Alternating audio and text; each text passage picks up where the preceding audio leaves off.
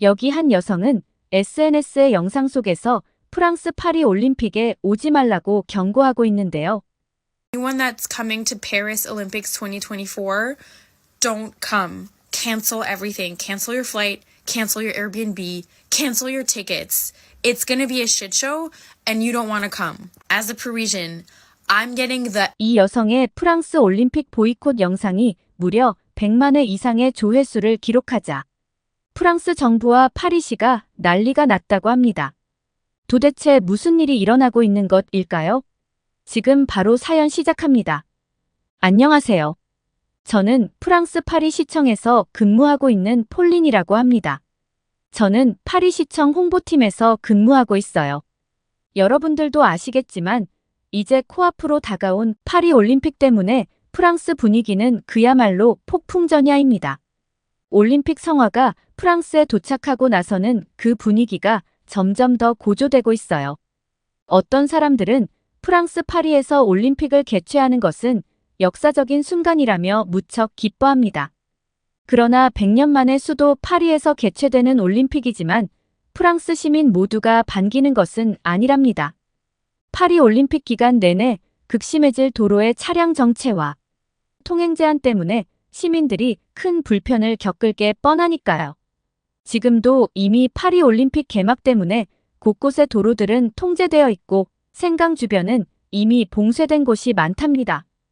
파리 관광청에서는 올림픽 기간에 무려 1,600만 명의 관광객이 프랑스에 방문할 것으로 예상하고 있어요. 그래서 파리에 있는 대부분의 회사들은 이 기간 동안 재택근무를 권고하고 있고 대중교통이나 자동차 이용도 피하라고 해요. 이러니 파리 시민들이 어떻게 회사를 다닐 수 있겠어요? 그래서 어떤 사람들은 올림픽 기간 동안 파리를 떠나 지방으로 피신한다고 말할 정도랍니다. 솔직히 말해서 저는 올림픽이 파리에서 열린다고 했을 때 처음엔 정말 기뻤어요. 왜냐하면 프랑스에서 올림픽이 열리는 건 무려 100년 만이거든요. 그런데 지금은 저도 마음 같아선 올림픽 기간 동안 어디 다른 곳으로 여행이나 다녀오고 싶은 마음이 굴뚝 같아요. 왜냐하면 파리 올림픽 개막이 가까워지면 가까워질수록 점점 걱정이 커지고 그 기간 동안 벌어진 사건 사고들을 처리할 생각을 하면 벌써부터 한숨이 나오거든요. 그리고 더 큰 문제는 그 사건 사고들이 이미 예견되어 있다는 거예요. 왜냐하면 아직도 프랑스 내에서 고쳐지지 않은 고질적인 문제점들이 많기 때문이고 제 아무리 올림픽이라고 해서 순식간에 고쳐지기 어려운 게 팩트예요. 그리고 제 입으로 말하긴 좀 그렇지만 제가 공무원이 된 역사상 가장 바쁜 나날을 보내고 있는데요. 공무원으로서 할 말은 아니지만 프랑스 공무원들은 일을 열심히 하는 편이 아니에요. 오죽하면 프랑스 정부에서 공무원들이 주 35시간은 일해야 한다는 법안을 만들어 통과시켰겠어요. 그런데 그런 법안이 만들어졌어도 프랑스 공무원들은 꿈쩍도 안 해요. 왜냐하면 프랑스 자체가 원래 행정 처리도 늦고 공무원 수가 많아서 일을 대충 느리게 해도 별로 티가 안 나거든요. 제가 몸 담고 있는 파리시청 홍보팀 역시 그동안 할 일이 별로 없었어요. 프랑스 파리는 전 세계적으로 유명한 도시여서 관광객들이 알아서 찾아오기 때문에 홍보할 일도 없었죠. 그런데 올림픽을 앞두고 상황이 완전히 바뀌었어요. 시장님이 올림픽의 성공적인 개최를 위해 공무원들을 엄청 닥달하기 시작했거든요. 이제는 각종 홍보물을 제작하고 최대한 관광객을 끌어모아야 한다며 프랑스 파리에 꼭 방문하고 싶게끔 작은 것 하나라도 홍보해야 하는 상황이 됐어요. 평소에는 여유롭게 차 한 잔을 즐기며 일할 수 있었는데 이제는 하루하루가 전쟁터 같아요. 매일같이 새로운 홍보 캠페인을 기획하고 소셜미디어를 통해 파리의 매력을 알리는 콘텐츠를 제작하느라 눈코 뜰 새 없이 바빠졌어요. 올림픽 관련 행사와 관련된 자료를 준비하는 것뿐만 아니라 파리의 관광 명소와 숨겨진 매력을 홍보하는 일도 빼놓을 수 없죠. 심지어는 평소에는 신경 쓰지 않던 작은 거리나 카페, 공원까지도 사진을 찍고 글을 써서 홍보해야 해요. 뿐만 아니라 파리의 이미지를 더 좋게 보이도록 여러 가지 사실을 포장해서 전달해야 하는데 이는 정말 쉽지 않은 일이에요. 예를 들어 생강의 수질 문제도 해결되지 않은 상황에서 마치 깨끗해진 것처럼 보이게 하려니 정말 답답해요. 이번 파리 올림픽 개회식이 올림픽 사상 최초로 스타디움이 아닌 생강에서 열리고 철인 3종 경기의 수영 종목과 오픈워터 스위밍도 생강에서 치러질 계획이잖아요. 그런데 프랑스 정부는 이번 올림픽에서 세계 최초라는 타이틀에만 집착하는 것 같아요. 마치 더러웠던 생강도 기적처럼 깨끗하게 정화시킨 프랑스를 과시하려고 하는 것 이외에는 그 더러운 생강에서 수영대회를 치르는 선수들의 건강은 눈꼽만큼도 생각을 안 하는 것 같거든요. 생강은 지난 100년간 수질 악화로 입수가 금지되어 왔어요. 웃기지 않나요? 프랑스 정부는 100년 동안 계속 더러웠던 생강을 이번 올림픽을 계기로 수질을 개선하겠다며 7년 동안 14억 유로를 들여 수질 정화 작업을 하고 있는데 100년 동안 더러웠던 생강이 하루아침에 개선될 리 만무하고 이건 마치 평소 공부를 하나도 하지 않던 학생이 갑자기 시험 기간에 바짝 벼락치기 공부해서 전교 1등을 하겠다는 도둑놈 심보 같아요. 그렇다고 프랑스 정부가 노력을 안 한 건 아니에요. 파리가 워낙 오래된 도시이기도 하다 보니 하수 처리 시설도 새 것으로 바꾸고 빗물도 넘치지 않도록 저장 시설도 설치했어요. 게다가 생강 오염의 원인이 가정과 사업주들의 폐수 배출로 인한 이유도 있었기에 그 부분도 단속하고 있어요. 그렇게 2조 원이 넘는 세금을 생강 수질 개선을 위해 여러 사업을 추진해왔지만 100년 동안 더러웠던 생강을 빠른 시간 내에 입수 가능한 수준으로 수질을 정화하는 것은 쉬운 일이 아니잖아요. 그런데도 시장님은 어떻게 해서든 생강의 수질이 개선되었다는 것을 증명하라는 명령을 내리고 있어요. 이런 상황에서 우리는 거짓 자료를 만들어내야 한다는 것에 현타가 오더라고요. 심지어 파리 시장과 대통령마저도 수질 개선 정도를 검증하기 위해 생강에서 수영을 하겠다고 약속까지 했었잖아요. 그렇게 자기만 대뜸 질러놓으면 그 뒷일을 감당하는 건 바로 공무원들 몫이에요. 결국 그 약속을 지키지도 않았고요. 프랑스 정부와 파리 시장의 무리수를 뒤치다꺼리하다 보니 시청 내에서도 불만의 목소리가 끊이지 않고 있습니다. 저 역시도 파리 올림픽에 회의적입니다. 그런데 제가 만약 한국에 다녀와 본 적이 없었다면 이렇게 부정적이진 않았을 것 같아요. 제가 2년 전에 파리 시청의 동료 공무원들과 함께 한국으로 국외 연수를 갔다가 깨끗한 한강을 보고 나서 적어도 생강에서 수영 종목을 치르려면 한강 정도의 수질은 되어야 할 것 같다는 생각을 했었어요. 그런데 한국의 한강도 무려 40년이 넘는 시간 동안 한강의 수질을 개선하기 위해 노력했다는 사실을 알게 되었죠. 사실 한국에 가게 된 계기는 예전에 파리 시청으로 파견 왔었던 한국의 공무원 친구 덕분이에요. 그 친구는 한국의 환경 관리와 관련된 일을 하는 공무원으로 파리 올림픽을 앞두고 생강 수질 개선을 위한 국가적 교류 차원에서 파리 시청에 왔었는데요. 우리는 함께 일하면서 친해졌고 서로의 나라와 문화에 대해 많은 이야기를 나누게 되었죠. 그 친구가 한국으로 돌아간 후에도 우리는 꾸준히 연락을 주고받았어요. 2년 전 저와 동료들은 파리의 환경 정책과 관련된 국외 연수 프로그램에서 생강 수질 개선을 위한 한국의 한강 벤치마킹 제안서를 냈는데 그 제안서가 최종 1등으로 뽑혔고 저와 동료들은 한국에 가게 되었어요. 그때 한국인 공무원 친구의 도움을 많이 받았죠. 그 친구 덕분에 한국의 공공기관 방문도 수월하게 할 수 있었고 게다가 직접 서울 시내 곳곳을 안내해주기도 했거든요.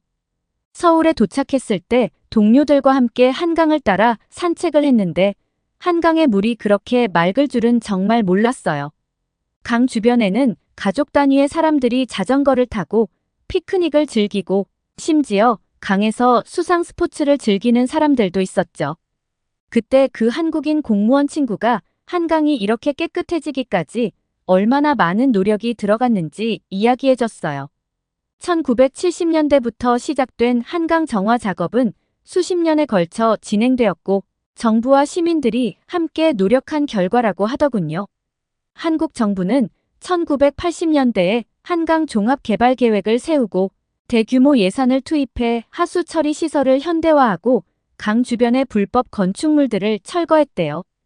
또한 한강에 유입되는 오염 물질을 줄이기 위해 강 상류에 있는 공장들의 폐수 배출 기준을 강화하고 하천 복원 사업을 진행하면서 한강을 깨끗하게 유지하기 위해 지속적으로 수질 검사를 실시하며 필요할 때마다 정화 작업을 추가로 시행했다고 하더라고요.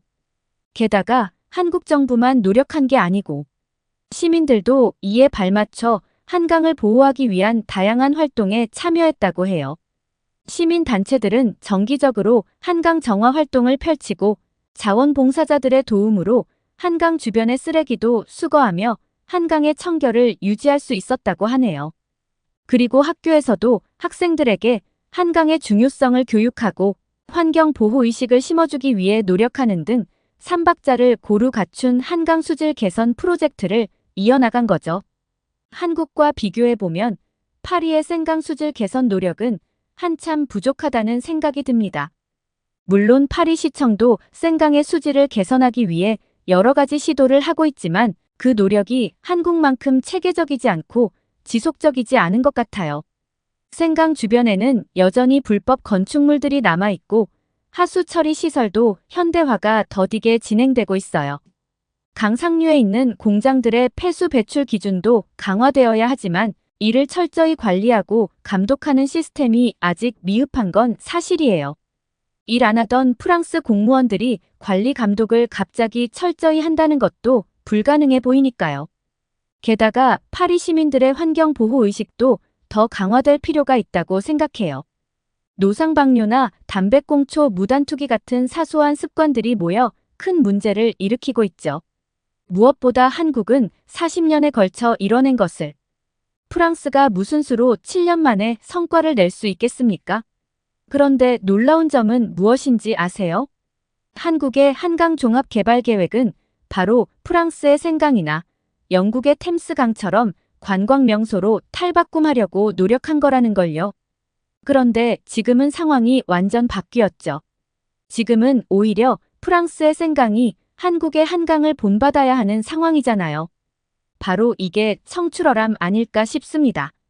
그런 한국의 한강에서 동료들과 함께 즐긴 기억은 정말 잊을 수 없어요. 우리는 한강변에서 라면과 치킨, 그리고 맥주를 함께 즐겼어요. 한국의 치맥 문화는 정말 독특하고 재미있었는데요. 강바람을 맞으며 동료들과 도란도란 이야기를 나누고 맛있는 음식을 함께 먹는 시간은 정말 행복했죠. 해가 지고 나서 본 한강의 야경은 또 하나의 감동이더라고요. 강 위로 반짝이는 불빛들이 만들어내는 풍경은 정말 아름다웠습니다. 파리에서도 생강의 야경은 멋지지만 한강의 야경은 그와는 또 다른 매력이 있었어요. 게다가 한강 주변에는 자전거 트랙과 조깅 트랙도 잘 되어 있어서 많은 사람들이 운동을 즐기고 있었습니다. 저희도 자전거를 빌려 한강을 따라 달려봤는데 정말 상쾌했어요. 도심 한가운데서도 이렇게 자연을 느끼며 운동할 수 있다는 점이 정말 부러웠어요. 한국에서 또 한 가지 인상 깊었던 점은 거리의 청결함이었어요. 서울의 거리에는 쓰레기가 거의 없고 악취도 전혀 느낄 수가 없더라고요. 길거리에서 담배를 피우는 사람도 거의 보이지 않았고 노상방뇨를 하는 사람도 없었습니다. 제가 한강에서 동료들과 치맥을 즐길 때 맥주를 많이 마시는 바람에 화장실이 너무 가고 싶었고 한국인 공무원 친구의 도움으로 한강에 있는 공중화장실에 함께 갔는데 무료임에도 불구하고 화장실이 정말 깨끗해서 깜짝 놀랐어요. 게다가 여러 사람이 화장실을 이용하다 보면 더러워지기 마련이잖아요. 그런데 어쩜 프랑스의 유료 화장실과는 비교도 안 되게 청결하더라고요.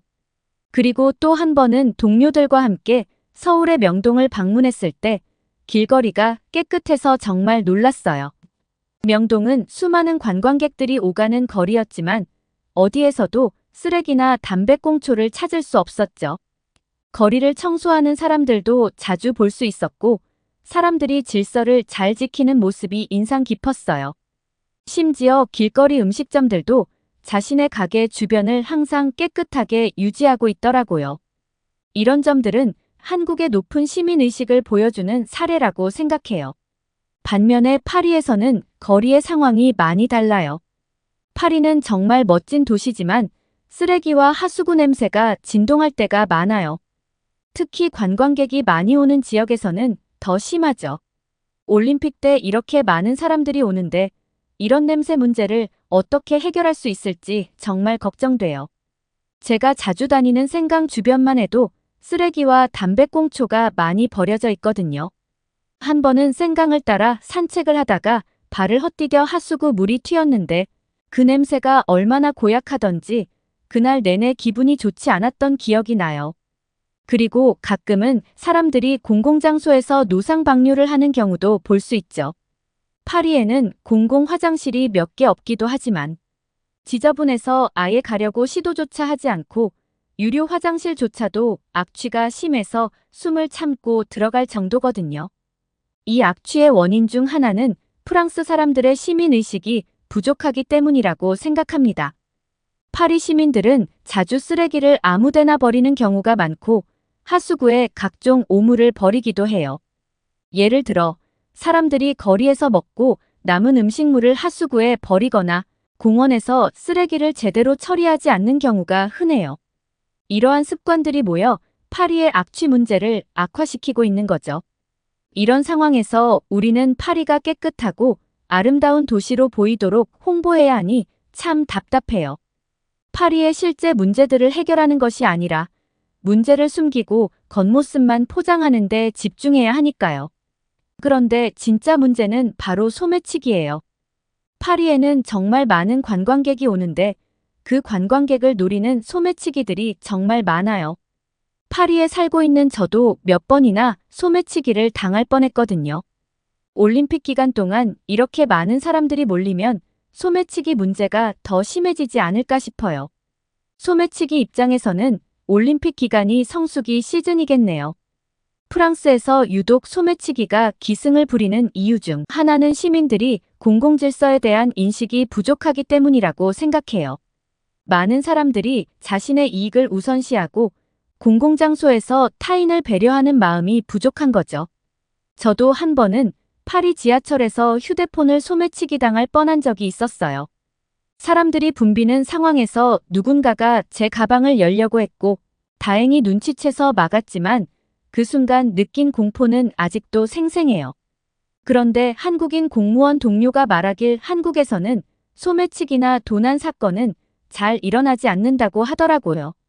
그런 범죄는 예전 쌍팔년도 때나 있었던 일이라나 어쩐다나 요즘엔 식당이나 카페 같은 곳에서 한국 사람들은 자리를 맡을 때 핸드폰을 테이블에 두고 커피를 주문하러 간다고 하더라고요. 그 이야기를 듣고 진짜 놀랐어요. 프랑스에서 그렇게 했다면 그 핸드폰 주인은 영영 다시는 그 핸드폰을 찾을 수 없었을 텐데 말이죠. 저와 프랑스 동료들이 못 믿겠다고 한국인 공무원 친구의 말을 의심했더니 카페에서 시험을 해주겠다며 자신의 핸드폰을 덩그러니 테이블에 두고 다 같이 커피와 빵을 주문하러 갔다 왔는데 솔직히 저는 한국인 공무원 친구의 핸드폰이 사라졌을 거라고 생각했어요. 그런데 빵과 커피를 주문하고 다시 돌아간 테이블엔 한국 친구의 핸드폰이 그대로 있더라고요.